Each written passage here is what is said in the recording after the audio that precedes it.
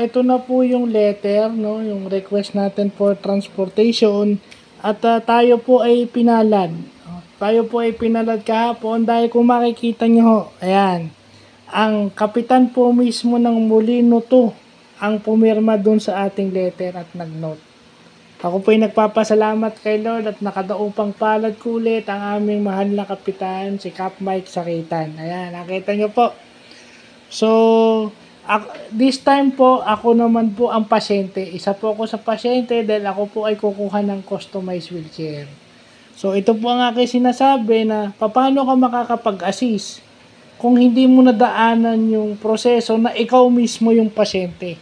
Hindi ka makakapag-assist ng tama kung hindi mo nadaanan yung process na ikaw yung pasyente at umaasa ka lang sa ibang tao. So, as a PWD, opportunity ko na rin para ipahinga yung aking mga binti, no? At maging kumuha ako ng customized wheelchair. Pero this time po, matutulungan po natin yung ibang mga barangay na medyo busy po yung kanilang mga sasakyan. Kaya po tutulungan natin na makapunta sa Presidential Action Center o PACE sa December 5, 2024. So, sa aking kaibigan na si Jimas Mela Jr., kay Ate Mayumi Ferrer, ayan na. Ayan na ha, ayan na, ayan na. Ayan na yung letter, pirmado na ni Kapitan. Pirmado na po ng ating PWD President na si Simon Olivar. Ayan po. So, yan dumaan sa legal na proseso yan. May trip ticket ako kaso gusot, kaya hindi ko na nilabas. Kasi hindi naman nagamit nung huling biyahe namin. So, ngayon na nagamit. So, ngayon pa lang gagamitin. Siguro naman pwede na yan kung sakasakali. Kasi may pirma na ni Cap yun.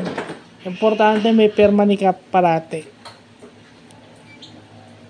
So, yun lang yung ating ngayong vlog ngayon.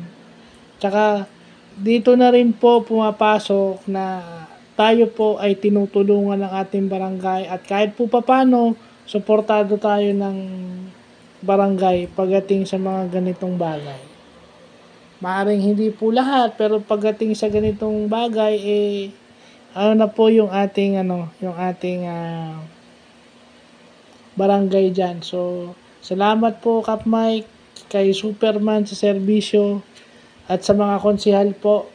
Maraming salamat po. Kina Kagawad Danny at kina Kagawad Aileen na laging nag-encourage at sumusuporta sa akin.